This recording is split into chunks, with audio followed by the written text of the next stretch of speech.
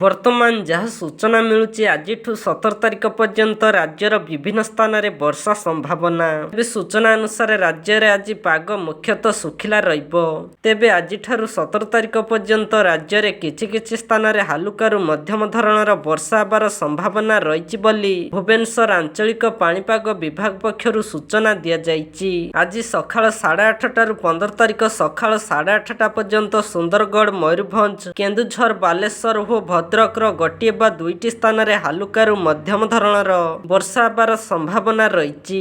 ବାକି ସବୁ ଜିଲ୍ଲାରେ ପାଗ ଶୁଖିଲା ରହିବ।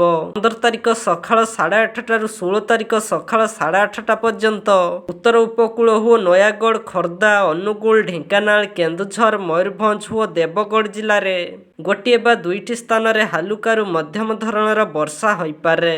ସେହିପରି 16 ତାରିଖ ସକାଳ 8:30ଟାରୁ 17 ତାରିଖ ସକାଳ 8:30ଟା ପର୍ଯ୍ୟନ୍ତ ଉତ୍ତର ଉପକୂଳ ଓ କେନ୍ଦୁଝର, ମୟୂରଭଞ୍ଜ ଓ ଢେଙ୍କାନାଳ ଏବଂ 17 ତାରିଖ ସକାଳ 8:30ଟାରୁ 18 ତାରିଖ ସକାଳ 8:30ଟା ପର୍ଯ୍ୟନ୍ତ ବାଲେଶ୍ୱର, ମୟୂରଭଞ୍ଜ, ଭଦ୍ରକ, କେନ୍ଦୁଝର, ଢେଙ୍କାନାଳ, ଯାଜପୁର ଓ କେନ୍ଦ୍ରାପଡ଼ାରେ ଗୋଟିଏରୁ ଦୁଇଟି ସ୍ଥାନରେ ବର୍ଷା ହୋଇପାରେ।